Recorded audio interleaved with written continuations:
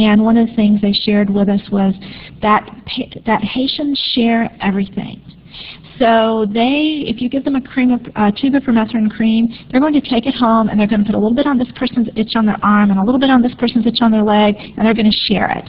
And so you're better off going and treating the patients in the clinic and then letting the parents wash it off at home. And of course, for some of them, water was a factor, so we gave them wet wipes in a Ziploc bag to say, before they go to bed tonight, wipe off the permethrin for them. This is probably one of my most memorable patients that we took care of. We had about 120 patients a day, or minimally 120 patients. There were days when they cut us off at 120 seeing patients. And we had 3 providers doing exams, Dr. Syverud, Jillian, who's a PA from California, and myself as a nurse practitioner. And we had Craig, who was an EMT firefighter, whose job was to help at triage or wherever else was needed. And he basically walked the lawn of the church and did a quick assessment using his EMT skills to say, really sick, needs to be seen faster.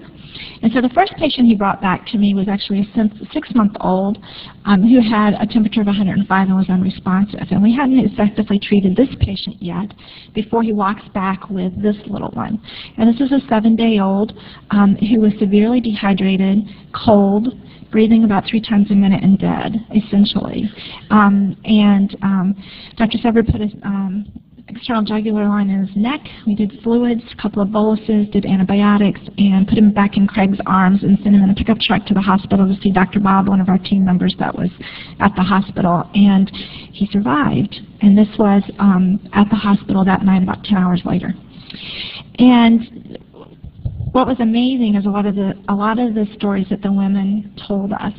And this mom had mastitis and no antibiotics for treating her mastitis, difficulty breastfeeding, and she was giving cow's milk to her infant and water, but that was only twice a day. So that was not enough to sustain him.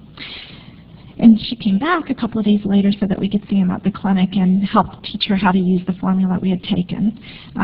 They gave us some last-minute requests as we were going down to Florida to fly out because that was the weekend of the bad snowstorm here, and planes were being canceled, and we thought our best bet was to actually drive to Florida versus try to fly and get stuck in another city.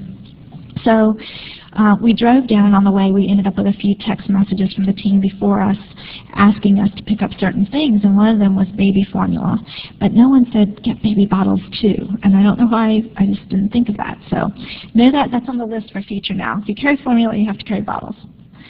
This is a patient that had filariasis, which was something that we had not seen before with unilateral leg swelling. A little one, we talk a lot when we teach disaster preparedness about the standards of care change during disasters and how you assess and how you treat. And a lot of our assessments and treatments were done based upon our physical assessment of the patient and presumptive symptoms and making a diagnosis and treating with the best things that we had to treat that problem with. This is a little one who had had a fall and had a hematoma on his forehead, which I think was probably just a cephalohematoma, but if this child had been cared for in the United States, they would have had a CAT scan, but we didn't have CAT scans available, so we had to alter what we did. His neuro exam was normal, though.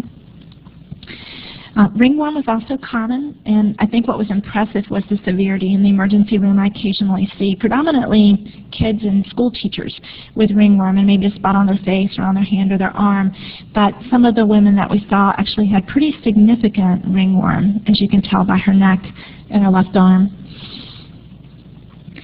I mentioned earlier about scabies, and as you can see, this young girl, she's got pretty prevalent with a superficial infection, and this patient that I saw as well.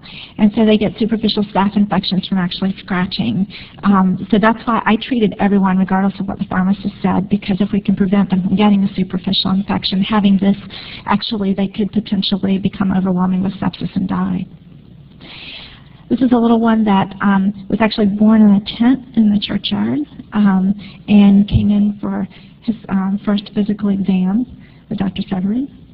I also got to use my massage therapy skills. This young girl had a wall fall on her during the earthquake. We sent her to the hospital and paid for her x-rays to be done. She came back about 6 hours later with her x-rays in hand with no bony fracture, a normal neuro exam, and so I actually did massage and taught her mother how to do it to try and decrease the tension that she was having in the muscle in her neck. She basically had torticollis that was pretty pronounced and significant. And this is another little one that reiterated the fact that I should treat all the patients with scabies because he had developed an abscess the size of his buttock.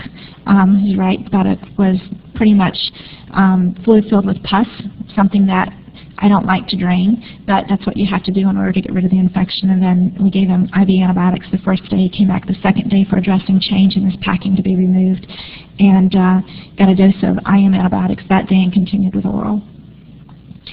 And we examined patients with what we had, just on their kids on their parents' laps, pregnant women actually on the church benches. They're pretty narrow church benches in comparison to what we have here. You see the gentleman to the right of me is actually my interpreter for the week, and that's one of the ways that we actually were able to get through seeing so many patients at any given time was the fact that we had an interpreter who, they were very bright. Ryan, who's my interpreter, was 18. He was a junior in high school. He normally lived with his aunt in Port-au-Prince to go to school. His school was destroyed, her home was destroyed, and he doesn't know that he'll ever finish high school. He's pretty despondent about that.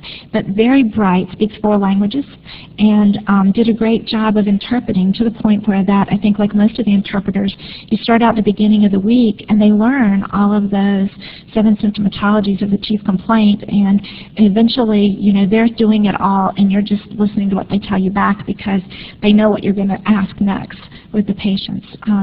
So that made our jobs be a whole lot easier and the time go a whole lot faster. What we saw were infected wounds 1 month post-earthquake, and I'll skip through these pretty quickly, but part of that was they're just not used to having nasty wounds, and they're not used to having to do things that are painful to each other, like parents to their children. The young girl had a disarticulation of her finger. Her dressing hadn't been changed in 3 days. Her mother had died, her sister had died in the earthquake, and her father was just, I can't do this. And part of it too was that she had no medication for pain, and so we made sure they had supplies that they needed to do dressing changes and pain medication and education, a lot of education with the patients that we worked with so that the father could treat her pain potential and, a half hour later actually do her dressing changes. And our hope is that that eventually would clear up as opposed to her potentially losing her fingers or part of her hand. We cared for over 50% of our patients in the clinic were children. The average life expectancy in Haiti is 64 years. And this woman was one of our patients that is actually the same age as Scott, so he wanted to take this picture when we were there because most of the patients we saw were really pretty young. We took care of a 92-year-old, and I remember a 72-year-old and a 68-year-old, and the rest of them were young people. So definitely a young population. Skip through the next few slides. These just kind of reiterate, these are pictures we actually took of the destruction that we saw both in the surrounding rural community around Jacmel and Kai-Jacmel, and also in the city.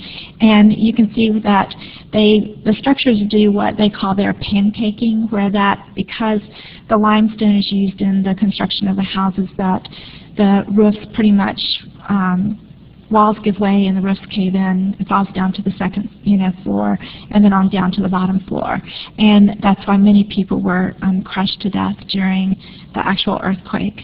And just to kind of remind you, if you think about it, it was 35 seconds maximum long. So in 35 seconds, there's not enough time to really, when you feel the earth shaking, do a lot of movement to get out of a building or to follow the things that we've learned if you've ever lived in an earthquake-prone area or visited one. Just more pictures of destruction. The house on the upper right was actually a bed and breakfast that had been destroyed. Typical housing construction has these cinder blocks, but they're made with the limestone from the land that's there. And you see very little rebarb, about every 6 to 8 feet. You can see the rebarb that's sticking up. And this was a house that had been under construction prior to the earthquake occurring.